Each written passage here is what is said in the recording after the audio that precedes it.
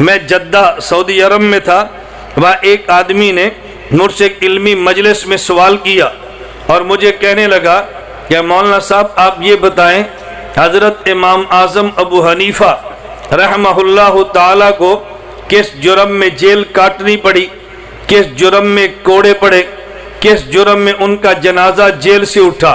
میں نے کہا خلیفہ وقت نے حضرت امام اعظم ابو حنیفہ رحمۃ اللہ علیہ سے کہا ہم آپ کو قاضی القضات اور چیف جسٹس بنانا چاہتے ہیں۔ امام اعظم ابو حنیفہ فرمانے لگے میں اس عہدے کے لیے تیار نہیں ہوں۔ خلیفہ وقت کی منشا کیا تھی؟ اگر امام اعظم ابو حنیفہ جیسا آدمی چیف جسٹس بن گیا تو پھر ظاہر ہماری حکومت پکی ہے۔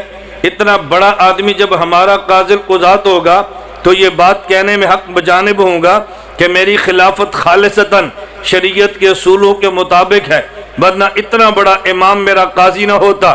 حضرت امام اعظم ابو حنیفہ کو خدا نے فراست ایمانی عطا فرمائی، فرمانے لگے میں اس منصب کے لیے تیار نہیں ہوں۔ خلیفہ نے بلا کے پوچھا آپ کیوں تیار نہیں ہے؟ یہ بڑی دلچسپ بحث ہے۔ امام اعظم ابو حنیفہ فرمانے لگے بادشاہ سلامت میں قاضی القضات بننے کا اہل نہیں ہوں، میں اہل نہیں ہوں، اور جب میں اہل نہیں ہوں تو مجھے منصب نہیں دینا چاہیے۔ اب بادشاہ کہنے لگا آپ چیف جسٹس بننے کے اہل ہیں۔ امام صاحب نے فرمایا کہ میں اہل نہیں ہوں۔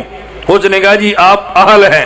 امام صاحب فرمانے لگے اچھا خلیفہ وقت اب دو باتیں، میں کہتا ہوں میں چیف جسٹس بننے کا اہل نہیں، آپ فرماتے ہیں کہ تم اہل ہو۔ یہ جو میں نے جملہ کہا میں چیف جسٹس بننے کا اہل نہیں ہوں، یا میں سچ کہہ رہا ہوں یا میں جھوٹ کہہ رہا ہوں؟ یہ بڑا نکتہ سمجھیں۔ میں جو کہتا ہوں میں چیف جسٹس بننے کا اہل نہیں ہوں، آپ کہتے ہیں کہ تو اہل ہے، میں کہتا ہوں میں اہل نہیں ہوں، میں سچ بولتا ہوں یا جھوٹ بولتا ہوں؟ دو ہی صورتیں ہیں۔ اگر میں سچ بولتا ہوں تو واقعتاً میں اہل نہیں ہوں، نہ اہل کو چیف جسٹس نہیں بنانا چاہیے، اور اگر میں اہل ہوں اور جھوٹ بولتا ہوں تو جھوٹے آدمی کو بھی چیف جسٹس نہیں بنانا چاہیے۔ تو مجھے آپ کیسے چیف جسٹس بنائیں گے؟ میں کہتا ہوں میں اہل نہیں ہوں، آپ کہتے ہیں اہل ہے۔ اگر میں سچ بولتا ہوں میں اہل نہیں ہوں تو نہ اہل کو چیف جسٹس تھوڑے ہی بناتے ہیں، اور اگر میں جھوٹ بولتا ہوں تو جھوٹے آدمی کو چیف جسٹس بنا نہیں سکتے، جھوٹا آدمی قاضی کیسے ہو سکتا ہے؟ اب بادشاہ دلیل کے سامنے امام صاحب کے سامنے خاموش ہو گیا، لیکن بادشاہ وقت تھا، کہا جی کوڑے مارو، امام صاحب نہیں مانے، جیل میں ڈال دو، امام صاحب نہیں مانے، بالآخر زہر ڈال دے کے شہید کروا دیا گیا، امام صاحب پھر بھی نہیں مانے۔ مجھے وہ جدہ میں ایک شخص کہنے لگا کہ مولانا یہ بتائیں اس امت کا پہلا چیف جسٹس، اس امت کا پہلا قاضی القضات کون ہے؟ میں نے کہا قاضی امام ابو یوسف، امام اعظم ابو حنیفہ کے شاگرد۔ اب ان کا سوال مجھے کہنے لگے اگر چیف جسٹس بننا ٹھیک تھا تو امام ابو حنیفہ کیوں نہیں بنے، اور اگر چیف جسٹس بننا غلط تھا تو امام صاحب کے سب سے بڑے شاگرد امام ابو یوسف کیوں بنے ہیں؟ اگر ٹھیک تھا تو خود کیوں نہیں بنے، اور غلط تھا تو کام ان کے شاگرد نے کیوں کیا ہے؟ اب آدمی ٹھیک کہے تو پھر پھنستا ہے، اگر غلط کہے تو پھر پھنستا ہے۔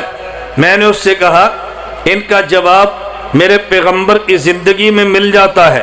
مجھے کہنے لگا جی وہ کیسے؟ میں نے کہا حضور اکرم صلی اللہ علیہ وسلم کو اللہ نے ابتدائی دور میں مکہ مکرمہ میں حکومت بھی نہیں دی، طاقت بھی نہیں دی، دولت بھی نہیں دی، اور مدینہ منورہ میں آ کے حکومت بھی دی ہے، دولت بھی دی ہے، طاقت بھی دی ہے۔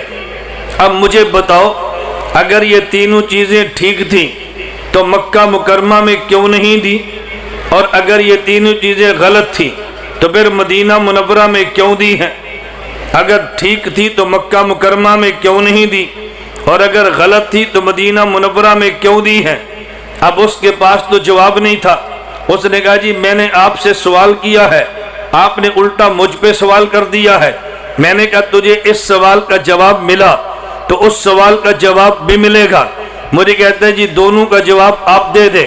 میں نے کہا بات توجہ سے سمجھنا، اگر ابتدائی دور میں مکہ مکرمہ میں اللہ اپنے نبی کو دولت بھی دیتے، اپنے نبی کو حکومت بھی دیتے، اپنے نبی کو طاقت بھی دیتے، تو جن پیغمبر کے غلاموں نے حضور پاک کا کلمہ پڑھا تھا ان کے ایمان پہ اعتراضات تھا۔ انہوں نے کلمہ اس لیے پڑھا، بلال کمزور تھا، اس کا کلمہ پڑھوں گا تو میرے سر پہ طاقت کا ہاتھ آ جائے گا، غریب کلمہ پڑھتا، میں کلمہ پڑھوں گا مجھے دولت مل جائے گی، لوگ کلمہ پڑھتے ہمیں حکومت میں عہدے مل جائیں گے۔ اگر مکہ میں خدا حکومت، طاقت اور دولت دیتے، پیغمبر کے صحابہ کلمہ پڑھتے تو لوگ اعتراض کر سکتے تھے، انہوں نے کلمہ دولت کے لیے پڑھا ہے، ان نے کلمہ طاقت کے لیے پڑھا ہے، ان نے کلمہ حکومت کے لیے پڑھا ہے۔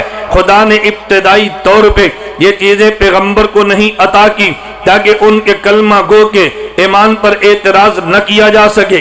بالآخر مدینہ منورہ میں خدا نے دولت بھی دی ہے، خدا نے طاقت بھی دی ہے، خدا نے حکومت بھی دی ہے، یہ بتانے کے لیے کہ حق انہی کا تھا، شروع میں اس لیے نہیں دی تاکہ دشمن اعتراض نہ کرے۔ میں نے کہا امام اعظم ابو حنیفہ اگر چیف جسٹس بن جاتے، آج دنیا کا 80% مسلمان فقہ حنفی کے مطابق چل رہا ہے تو لوگ اعتراض کر دیتے یہ فقہ حنفی دنیا میں اس لیے بنی ہے کہ جس امام کے مقلد ہے وہ امام چیف جسٹس تھا، حکومت اس کے پاس تھی، طاقت اس کے پاس تھی، اس نے طاقت کی بنیاد پہ لوگوں کو اپنا مقلد بنا لیا ہے، فقہ حنفی کو عام کر دیا ہے، امام کا جنازہ جیل سے اٹھا ہے، دنیا میں 80% مسلمان فقہ حنفی قبول کر رہے ہیں، امام کا جنازہ جیل سے ہے، شاگرد چیف جسٹس بنا ہے، امام نے قبول کیوں نہیں کیا تاکہ اعتراض نہ آئے، شاگرد نے قبول کیا کہ حق ان کا تھا۔